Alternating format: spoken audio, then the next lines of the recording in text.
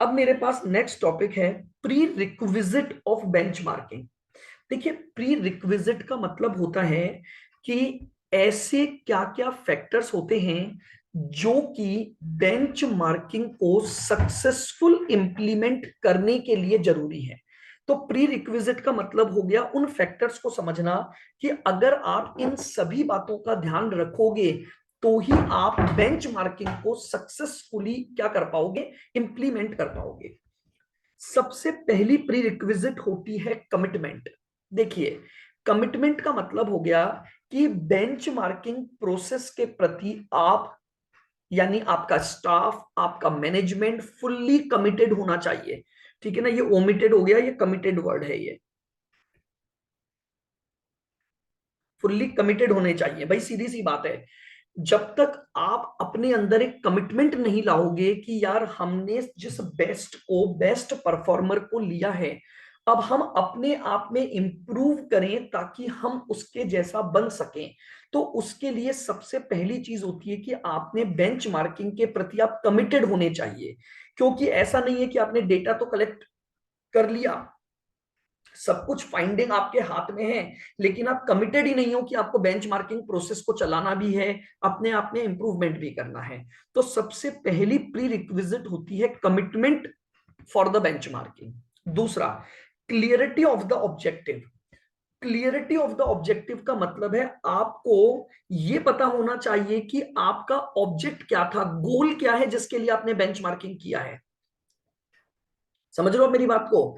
यानी जैसे मान लो फॉर एग्जांपल, आप अपना गोल टारगेट करते हो, उसी के हिसाब से आप बेंच मार्किंग की कंपनी को या पर्सन को सेलेक्ट करते हो, तो आपके दिमाग में क्लियरिटी होनी चाहिए। हाँ, अगर मैं अपने बिलिंग प्रोसेस का बेंचमार्क कर रहा हूं तो मेरा ऑब्जेक्ट प्रिलिमिनरी स्टेज पर ही डिफाइन होना चाहिए कि मुझे अपने बिलिंग प्रोसेस को बहुत इंप्रूव करना है ताकि मेरा बिलिंग प्रोसेस सामने वाले के बिलिंग प्रोसेस जैसा बन जाए। तो आप बेंच मार्किंग में ऐसा नहीं हो हम ये भी कर लें, हम वो भी कर लें, हम वो भी कर लें। आप एक एक एस्पेक्ट को लेकर चलो, अपना ऑब्जेक्ट क्लियर रखो कि इस बेंचमार्क को करने के पीछे आपका ऑब्जेक्ट क्या है। मान लो फॉर एग्जांपल, आप अभी सीए में फाइनल का एग्जाम दोगे, अब आपने एक रोल मॉडल को सेलेक्ट किया, तो आपका ऑब्जेक्ट भी तो क्लियर होना चाहिए। आपको अगर रैंक वाले बच्चे को आप सेलेक्ट कर रहे हो तो आपका ऑब्जेक्ट होना चाहिए रैंक। अगर आप एक केवल पास होने के लिए सोच रहे हो कि यार हम तो बस पास हो जाएं, रैंक वैंक की कोई बात नहीं, तो आपका ऑब्जेक्ट क्लियर होना चाहिए। ठीक है, तो बेंचमार्किंग की दूसरी प्री रिक्विजिट है ऑब्जेक्टिविटी का क्लियरिटी होना, बिल्कुल। तीसरा, एप्रोप्रिएट स्कोप। आओ समझना, एप्रोप्रिएट स्कोप का मतलब होता है आपके पास बेंचमार्क को करने का स्कोप इन्वॉल्व होना, मतलब एग्जिस्ट होना चाहिए। फॉर एग्जाम्पल, आपके पास समय होना चाहिए, आपके पास रिसोर्स होना चाहिए, आपके पास उस तरह के काम को करने की जो टीम होती है वो एक्सपीरियंस लेवल होना चाहिए। अगर आपके पास काम को करने की स्कोप ही नहीं है तो आप बेंचमार्किंग को कर सक्सेसफुली इंप्लीमेंट नहीं कर सकते। फॉर एग्जाम्पल, अभी तक आपने पढ़ाई नहीं की है, अब आप पढ़ाई चालू करोगे, और अब आप पढ़ाई चालू करके बेंचमार्क करना चाहते हो, तो क्या आपके पास अब टाइम है बेंचमार्किंग का? अब इस समय पर आकर आप रोल मॉडल बनाकर प्लान बना रहे हो, तो क्या आपको लगता है कि आपके पास इस समय, अब आप सोच रहे हो कि यार मुझे ये सब्जेक्ट यहां से पढ़ना है, ये सब्जेक्ट यहां से पढ़ना है, फिर आपका टाइम देख रहे हो, फिर आप एक्सपीरियंस की बात कर रहे हो, तो बेसिकली अब आपके पास एप्रोप्रिएट स्कोप ही नहीं है। तो कभी भी ऐसा नहीं करना चाहिए। हमेशा ध्यान रखो कि आपने जो ऑब्जेक्ट डिसाइड किया है उस ऑब्जेक्ट से रिलेटेड रिसोर्सेज अवेलेबल हो, टाइम अवेलेबल हो, और एक्सपीरियंस लेवल इन्वॉल्व होना चाहिए। यानी आप किसी एक्सपीरियंस्ड पर्सन, क्योंकि हम एक टीम बनाते हैं, तो उस टीम में क्या होना चाहिए, एक्सपीरियंस्ड पर्सन होने चाहिए जिसको उस चीज की नॉलेज हो। रिसोर्स, हालांकि रिसोर्स ऊपर ही आ गए, बट इन्होंने रिसोर्स को एक सेपरेट प्री रिक्विजिट बनाया। Sufficient resources must be available to complete the project within the required time scale।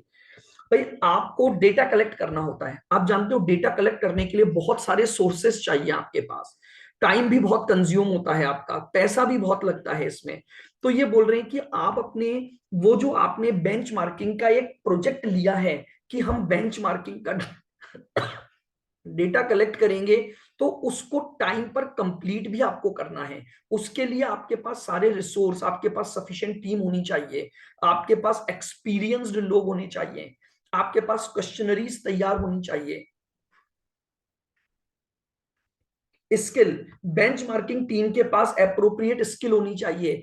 ऐसा नहीं है जैसे मान लो फॉर एग्जांपल आपको बेंचमार्क करना है बिलिंग प्रोसेस को, तो आपने बिलिंग डिपार्टमेंट के तो किसी व्यक्ति को लिया नहीं, आपने एचआर डिपार्टमेंट के व्यक्ति को भेज दिया। बोले एचआर डिपार्टमेंट का व्यक्ति खाली बैठा था, हमने इसको सामने वाली कंपनी के बिलिंग प्रोसेस को समझने भेज दिया। क्या एचआर डिपार्टमेंट के व्यक्ति में बिलिंग डिपार्टमेंट वाले पर्सन की जैसी स्किल होगी क्या? नहीं होगी। बहुत सिंपल सी बात है। या फॉर एग्जांपल मैं बात करूं कि आपको अपने फाइनेंस डिपार्टमेंट का क्या करना है, बेंचमार्किंग करना था, तो आपको फाइनेंस में से ही लोग उठाने चाहिए थे जिनके पास उस फाइनेंस से रिलेटेड एप्रोप्रिएट स्किल हो। आपने क्या किया, फाइनेंस को तो छोड़ दिया, समझ रहे हो, फाइनेंस को तो छोड़ दिया और एचआर डिपार्टमेंट से एक एम्प्लॉय को बुलाया और उसको भेज दिया कि जा उनका प्रोसेस समझ के आ। तो अगर आप एक ऐसी टीम बना लेते हो जिसके पास उस काम को करने की स्किल ही नहीं है, तो आपकी बेंचमार्किंग कभी भी सक्सेसफुली आप नहीं कर पाओगे। कम्युनिकेशन सबसे इंपॉर्टेंट बात, आपने डेटा कलेक्ट कर लिया, चार्ट बना लिए, कम्युनिकेट तो करो, उन लोगों को तो बताओ जिन लोगों में इंप्रूवमेंट लाना है।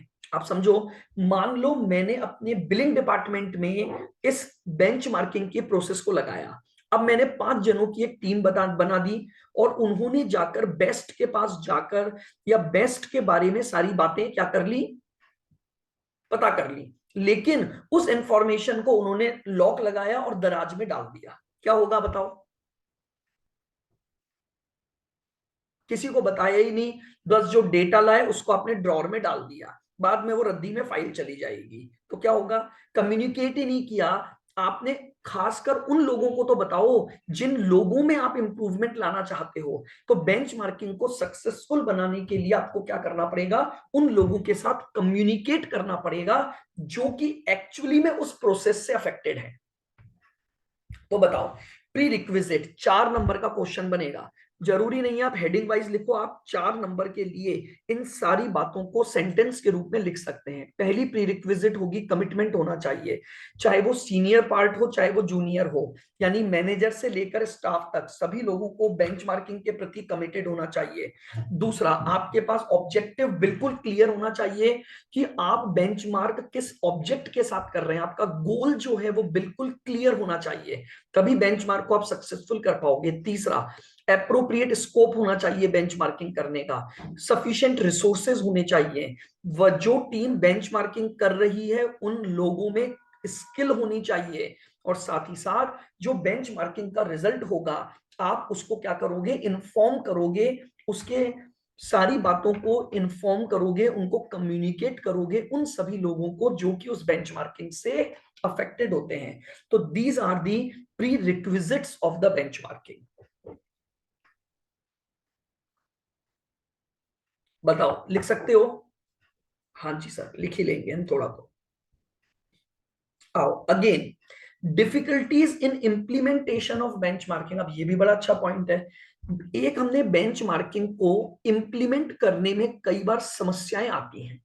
क्यों आती हैं? रूल नंबर 1, सबसे पहले ये जो बेंचमार्किंग है ना, ये बहुत टाइम कंज्यूमिंग है। क्यों? आप जानते हो बेंच मार्किंग के लिए आपने सामने वाले को सेलेक्ट तो कर लिया, लेकिन उसके बारे में डेटा कलेक्ट करना, उसके लिए आपको बहुत सारा स्टाफ चाहिए, स्टाफ का टाइम चाहिए, आपको अपनी कंपनी के कई सारे रिसोर्सेस करने पड़ेंगे। इवन कई बार तो क्या होता है, हम डेटा तो कलेक्ट कर रहे हैं पर पता लगा कि हमने वो डेटा कलेक्ट कर लिया जो हमारे बेंचमार्किंग प्रोसेस में हेल्प ही नहीं करेगा, हमने नॉन क्रिटिकल फंक्शन को बेंचमार्किंग में ले लिया। तो बेंचमार्किंग प्रोसेस बहुत टाइम कंज्यूमिंग है, इसलिए आपको ध्यान रखना पड़ेगा। आपको बहुत सिग्निफिकेंट रिक्वायरमेंट होगी स्टाफ के टाइम की और रिसोर्सेस की। तो इसलिए ये टाइम आपके पास अवेलेबल होना बहुत जरूरी है, और ये जनरली नहीं होता है कंपनियों के पास। दूसरा, मैनेजमेंट का सपोर्ट नहीं होता है। देखो सीधी सी बात है, बेंचमार्किंग के लिए जो टॉप लेवल मैनेजमेंट है ना, टॉप लेवल मैनेजमेंट का सपोर्ट होना चाहिए।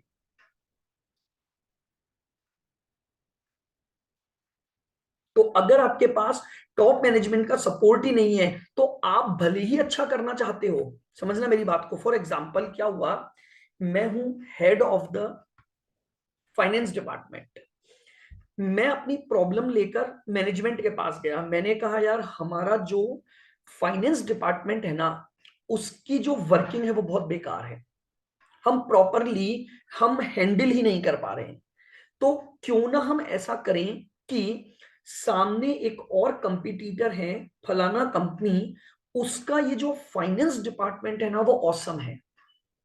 तो मैंने अपने मैनेजमेंट को जाकर के ये प्रॉब्लम बताई और उसको कहा कि यार क्यों ना हम अपना कुछ समय पहले उसके प्रोसेस को जानने में लगाएं, कुछ स्टाफ मुझे दे दो, मैं उसकी डेटा को कलेक्ट कर लेता हूं, फिर अपन अपने आप में इंप्रूव करें। मैनेजमेंट ने कहा पागल है क्या, क्या करेगा उसको अब करके, सपोर्ट ही नहीं किया। मैनेजमेंट ने कहा चल रहा है ना काम, चलने दे। ऐसा जनरली होता है, क्योंकि देखिए क्या होता है, मैनेजमेंट टॉप लेवल पर बैठा है, ठीक है, एचआर डिपार्टमेंट अपनी प्रॉब्लम लेकर मैनेजमेंट के पास जाएगा, फाइनेंस डिपार्टमेंट अपनी लेकर जाएगा, कस्टमर कंप्लेंट डिपार्टमेंट अपनी लेकर जाएगा, तो मैनेजमेंट का सपोर्ट ही नहीं मिलता। क्यों? इसका रीजन होता है एक, जानते हो क्या होता है, कि जो टॉप लेवल पर्सन होते हैं ना, वो चाहते हैं हम बेस्ट रहें, सब कुछ हम लाएं, सब कुछ हमारे द्वारा हो, वो अपनी ऐसी क्षमता को डेलीगेट नहीं करना चाहते। अब प्रॉब्लम क्या हो गई, मैनेजमेंट के पास समस्या को और समाधान को लेकर कौन पहुंचा, हेड ऑफ द डिपार्टमेंट पहुंचा। तो मैनेजमेंट कहीं ना कहीं अंदर ही अंदर क्या होता है, अपने आप को हीन भावना से ग्रसित पाता है, वो बोलता है यार नहीं, ये कैसे आगे बढ़ जाएगा मेरे से, मैं तो इसकी बात को तो सपोर्ट नहीं करूंगा।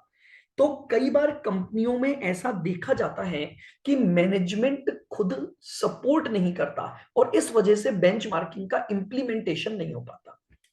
रेसिस्टेंस फ्रॉम द एम्प्लॉय, दूसरी समस्या, हमने बेंचमार्किंग कर ली, बहुत अच्छा से डेटा कलेक्ट कर लिया, बट समझो इंप्रूवमेंट जब करोगे तो स्टाफ ही तो इंप्रूव करेगा अपने आप को। वो एम्प्लॉय मना कर रहे हैं, हम तो नहीं, हम तो जैसा काम कर रहे हैं वैसे ही करेंगे, हम तो चेंजेस चाहते ही नहीं है, तो हम अच्छा बनना ही नहीं चाहते।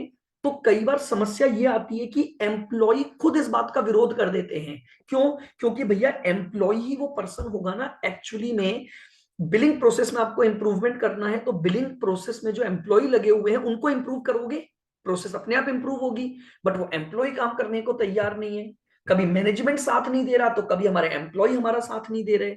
तो एक और समस्या आती है, क्यों? क्योंकि देखिए कोई भी व्यक्ति इतनी आसानी से चेंजेस को ऑप्ट नहीं करता है।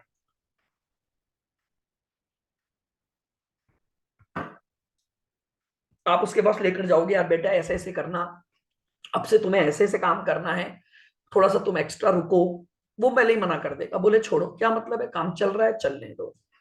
उसके बाद पेपर गोल, अब एक ये बहुत बड़ी समस्या है, पेपर गोल समस्या। देखो क्या होता है,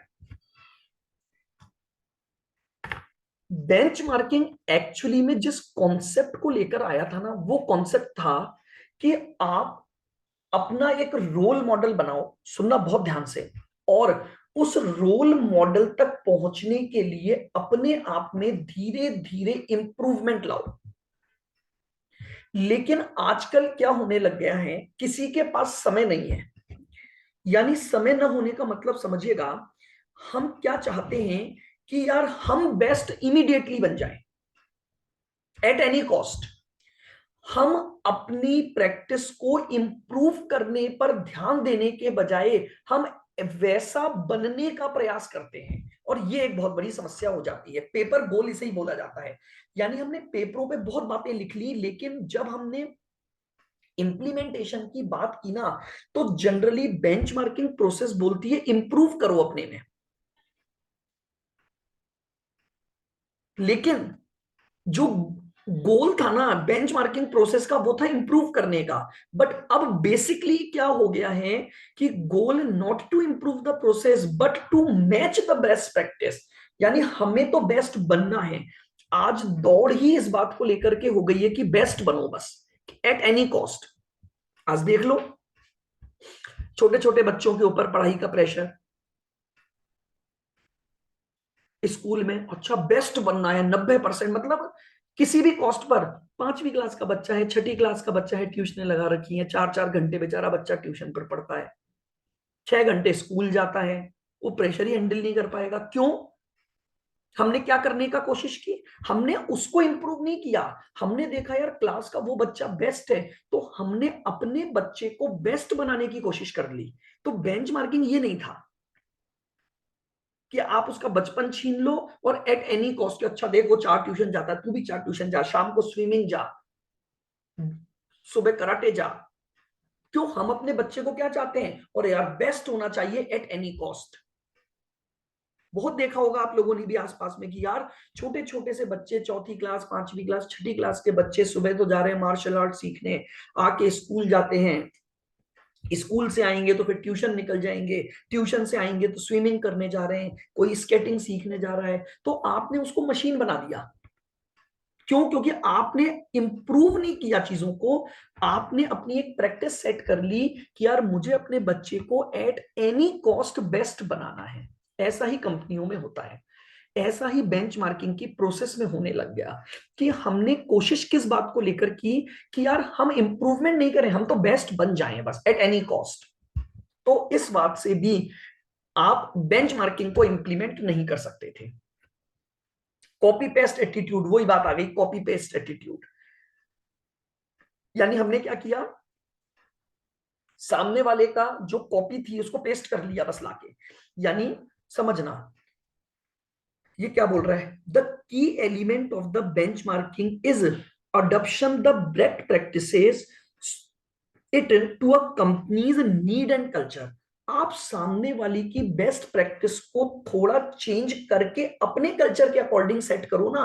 बजाय इसके आजकल कंपनियां क्या करने लग गई, the company merely adopt another companies process. यानी आपने क्या किया जानते हो, आपको कस्टमर कंप्लेंट के साथ डील करनी थी, समझना। आपका जो कस्टमर कंप्लेंट को डीलिंग करने का प्रोसेस था ना, वो अच्छा नहीं था।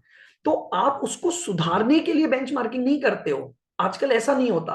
हम क्या करेंगे, हमने देखा यार सामने वाली कंपनी में जो ये कस्टमर कंप्लेंट का प्रोसेस है ना वो बेस्ट है, तो हम अपने एम्प्लॉय पर फोर्सफुली वैसा करने का दबाव डालते हैं आजकल।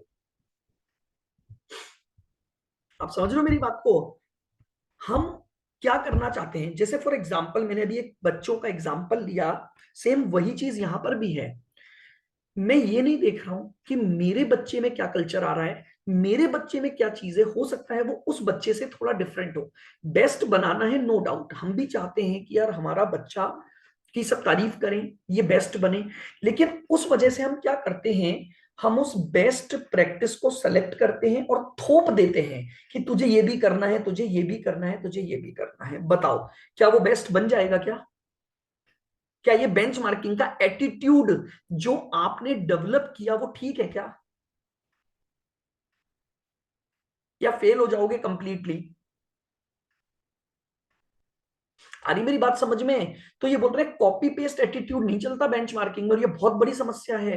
क्योंकि आजकल लोगों ने बेस्ट बनने के लिए वो ये नहीं देखते कि यार आपके बच्चे की काबिलियत क्या है, आप उसके हिसाब से उसको डेवलप करो ना, बेस्ट बनाओ। लेकिन एग्जैक्टली कॉपी पेस्ट एटीट्यूड मत रखो। अच्छा वो स्विमिंग जा रहा है बेटा, तू भी स्विमिंग जाएगा, वो स्केटिंग जा रहा है, तू भी स्केटिंग जाएगा। अच्छा वो मैथ फलाना टीचर के पढ़ने जाता है बेटा, तू भी जा। अच्छा वो सुबह मार्शल आर्ट भी सीखता है, तू भी सीख। हम क्या कर रहे हैं, ये हम just copy paste attitude follow करवा रहे हैं अपने बच्चे को। तो ऐसा ही कंपनियों में होता है। हमने क्या किया, हमने अपने ऑर्गेनाइजेशन की नीड और कल्चर को नहीं देखा, हम सीधे सीधे दूसरी कंपनी में गए।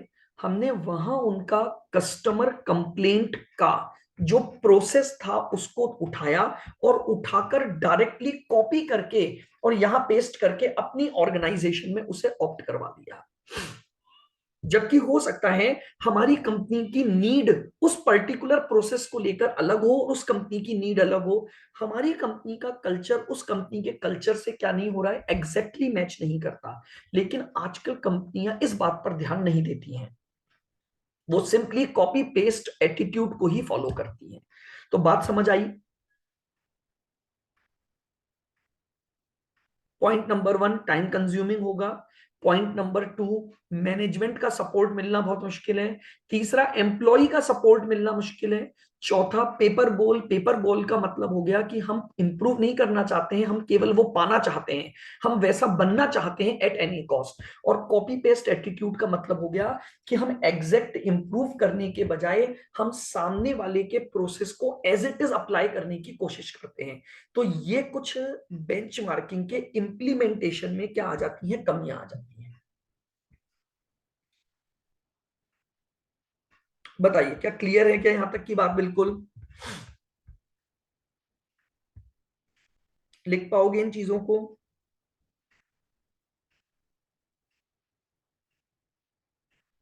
आ जाओ। अब हम आते हैं इसके क्वेश्चंस पर। हमारा ये टॉपिक कंप्लीट हो गया है बेंचमार्किंग का। आओ देखिएगा, पहला क्वेश्चन मैंने क्या बोला है, in which form of benchmarking comparison of a business process done with a similar process within the organisation. ऐसी कौन सी बेंचमार्किंग है जिसमें हम ऑर्गेनाइजेशन के अंदर ही एक प्रोसेस का दूसरे प्रोसेस से कंपैरिजन करते हैं? तो आपको याद होगा मैंने आपको बताया था कि जब हम अपने ही ऑर्गेनाइजेशन में बात करते हैं तो उसे बोलते हैं इंटरनल बेंचमार्किंग। तो the right answer is A, internal benchmarking.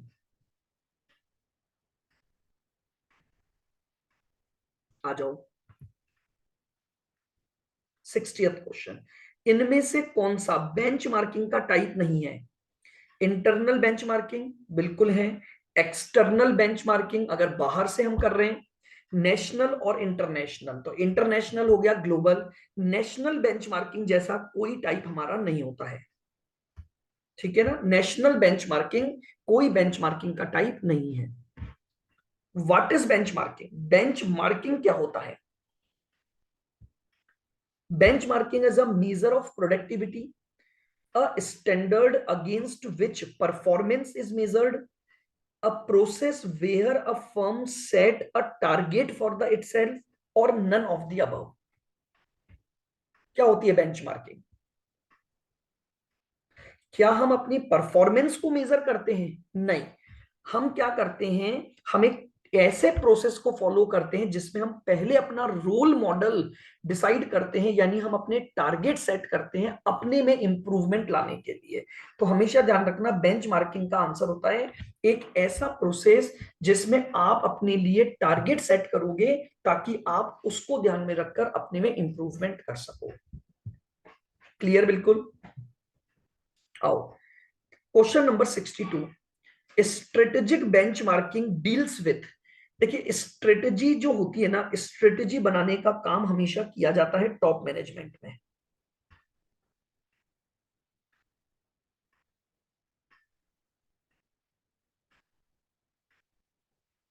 तो यानी जो स्ट्रेटेजिक बेंचमार्किंग है वो किसके साथ डील करती है?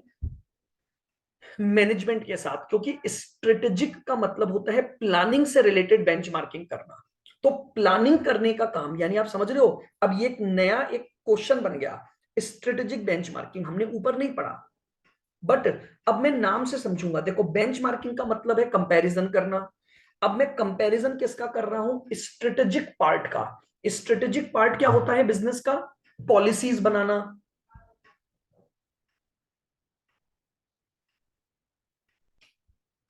स्ट्रेटेजीज बनाना। तो बताओ ये काम कौन करता है?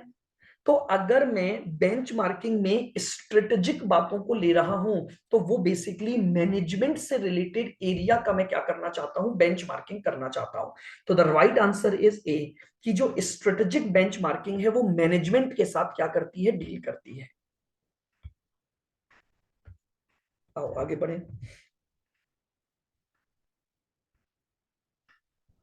देखो, in which of the benchmarking a direct comparison with competitor done of a product, service, process और मेथड, इनमें से कौन सी ऐसी बेंचमार्किंग है जहां हम एक पूरे प्रोडक्ट को, तो देखिए या तो वो प्रोडक्ट बेंचमार्किंग होती है, वो मेरे पास है नहीं, क्या इंटरनल होती है, नहीं, कंपिटिटिव बेंचमार्किंग आ जाती है उसमें। मैंने आपको बताया था कंपिटिटिव का मतलब क्या होता है, पूरे के पूरे डिपार्टमेंट को चुन लेना।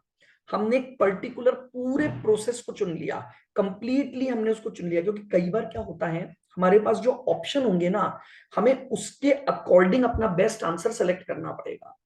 तो अगर मैं आपको बोलूं कि जहां पर मैं एक कंपटीटर से डायरेक्ट कंपैरिजन में आ रहा हूं, तो वो कहलाती है कंपटीटिव बेंचमार्किंग, जहां पर मैं कंपटीटर के पूरे प्रोसेस को, उसके पूरे डिपार्टमेंट को बेंचमार्किंग के लिए अप्लाई कर रहा हूं। 64, the comparison of the companies practice and performance level against those of the other organization is most commonly known as, यानी हम कंपनी की परफॉर्मेंस लेवल को क्या कर रहे हैं, अदर ऑर्गेनाइजेशन से कंपेयर कर रहे हैं। ऐसा किस टेक्निक में किया जाता है, इसे कॉमनली क्या बोला जाता है, कि जहां पर हम कंपैरिजन करेंगे अपनी प्रैक्टिसेस का या अपने परफॉर्मेंस लेवल का किसी दूसरे ऑर्गेनाइजेशन से, तो इसी बात को तो हम क्या बोलते हैं, बेंच मार्किंग बोलते हैं। आओ नेक्स्ट, ये बोल रहे हैं is a practice of identifying, studying and building upon the best practices of organisation role model, यानी ऑर्गेनाइजेशन ने एक रोल मॉडल बनाया और उसके थ्रू आप आइडेंटिफाई कर रहे हो, उसको स्टडी कर रहे हो और बिल्डअप कर रहे हो, ताकि आप भी उस रोल मॉडल की तरह से बेस्ट काम कर सको। तो ऐसा किस में होता है, ऐसा होता है बेंचमार्किंग में। तो यानी 65 का आंसर हो गया बेंचमार्किंग। क्लियर? आई 66, बेंचमार्किंग क्या है? क्या ये एक एनालिटिकल टूल है जो कि पेरेटो एनालिसिस पर बेस्ड है? नहीं। The search for the industry's best practices that lead to superior performance, क्या ये एक ऐसी सर्चिंग है जिसमें हम इंडस्ट्री में जाकर हम जो परफॉर्मेंस करने वाली बेस्ट कंपनियां हैं उनको सर्च करने का प्रयास करते हैं? बिल्कुल हाँ। तो यही बेंचमार्किंग होती है। और पढ़ते हैं, the simulations of the cost reduction scheme, कहीं भी इसका नाम कॉस्ट रिडक्शन नहीं है, प्रोसेस ऑफ मार्केटिंग और redesigning the way a typical company work, नहीं। तो बेंचमार्किंग क्या है? बेंचमार्किंग केवल एक सर्चिंग है इंडस्ट्री के बेस्ट को जानने की। आओ, विच of the following does not form part of benchmarking process, इनमें से बेंचमार्किंग प्रोसेस में क्या नहीं आता? प्लानिंग आती है क्या? आती है। एनालिसिस करना आता है डेटा का? बिल्कुल आता है। एक्शन प्लान बनाना आता है? याद है कौन सी स्टेप में आता है फॉर्मल एक्शन प्लान बनाना? इम्प्लीमेंटेशन। में। तो इम्प्लीमेंटेशन की जगह इस बार उसने नाम चेंज कर दिया, उसने बोला इम्प्लीमेंटेशन की जगह एक्शन। तो इनमें से कौन सा काम है जो बेंचमार्किंग प्रोसेस में नहीं आता? That is redesign. रीडिजाइनिंग। तो जो रीडिजाइनिंग है वो हमारी बेंचमार्किंग की प्रोसेस का पार्ट नहीं है। नेक्स्ट, बेंचमार्किंग किस पर फोकस करता है? प्रोडक्शन पर, बेस्ट प्रैक्टिसेस पर, बेस्ट परफॉर्मेंस पर, या सप्लाई चेन मैनेजमेंट पर? बेस्ट परफॉर्मेंस है सर। बेस्ट प्रैक्टिस दिया हुआ है इसका। एक्चुअली में क्या है, देखो हम जहां पर भी बेंचमार्किंग की बात करते हैं ना, तो बेंचमार्किंग में हम परफॉर्मेंस के बजाय हम ये देखते हैं कि बेस्ट प्रैक्टिस क्या है सामने वाले की। क्योंकि अगर आप इसकी डेफिनेशन पर भी जाओगे ना, तो हर जगह ये बेस्ट प्रैक्टिसेस वर्ड यूज करता है, बेस्ट परफॉर्मेंस वर्ड यूज नहीं करता। ठीक है, अब ये एक डिफरेंट क्वेश्चन है, तो आपको थोड़ा सा ध्यान रखना है इसको, कि बेंचमार्किंग किस पर फोकस करता है? बेस्ट प्रैक्टिस पर। द रीजन बिहाइंड, हम परफॉर्मेंस नहीं देख रहे, हम अपने में प्रैक्टिस यानी प्रोसेस प्रोसेस को कंपेयर करके, मतलब उस प्रोसेस को बेस्ट करने की, तो वो प्रैक्टिसिंग में आएगा ये सब। बिल्कुल, बिल्कुल। तो इसलिए ये प्रैक्टिस हो गई। नेक्स्ट, क्या process benchmarking can be used in customer complaint process? क्या हम कस्टमर कंप्लेंट की किसी प्रोसेस को लेकर क्या बेंचमार्किंग कर सकते हैं क्या? Yes, true. यानी हम क्या कर सकते हैं, कस्टमर कंप्लेंट एक प्रोसेस है। अगर हमें लगता है कि हमारी जो कस्टमर की कंप्लेंट की प्रोसेस है वो सही नहीं है, तो हम एक बेस्ट कंपनी की तरफ जाकर उसको क्या कर सकते हैं, उसको हम कंपेयर कर सकते हैं। तो ये कुछ क्वेश्चन थे ऑब्जेक्टिव जो मैंने बेंचमार्किंग के बनाए हुए थे। थ्योरी बन सकती है, इस पैटर्न के कुछ एमसीक्यूज आपके पास बन सकते हैं। बोलिए, क्लियर है बिल्कुल? यस सर, एक भी एमसीक्यू गलत नहीं किया, मतलब बेस्ट परफॉर्मेंस वाला उसको छोड़ के। हाँ, बस वही देखो, अगर टॉपिक समझ आ गया ना, तो अब आपको बता रहा हूं, मैंने अभी तो जैसे अपन ये स्टडी नोट नंबर 2 पढ़ रहे हैं, मैंने इस केवल स्टडी नोट 2 में ही अभी तक शायद 100 क्वेश्चन बना दिए ऑब्जेक्टिव। देखो 63 पर तो आप पहुंच गए, और मैंने जहां तक नोट्स बनाए हैं अभी, उसमें लास्ट 98 नंबर तक मैं ऑब्जेक्टिव पर पहुंच चुका हूं। हर इससे एक, बाहर तो क्या ही आएगा, क्वेश्चन नंबर 98 के बाहर तो कुछ आएगा भी नहीं। हाँ, अभी तो और बढ़ेंगे इसमें, अभी तो क्योंकि इसके टॉपिक पूरे नहीं बने, अभी तो 3 टॉपिक बाकी हैं इसमें, तो 3 टॉपिक का मतलब हो गया करीबन 25-30 क्वेश्चन और मान लो। तो हर एक पॉइंट पर मैंने जिस तरह से क्वेश्चन बन सकते हैं एग्जाम में, जो पहले पूछे जा चुके हैं वो सब, और फिर लास्ट में हम डिस्कस करेंगे कि जो थ्योरी हमारे एग्जाम में आई है इन टॉपिक्स पर, वो हमारे पास क्या रही है, ताकि आपको ये भी ध्यान रहे।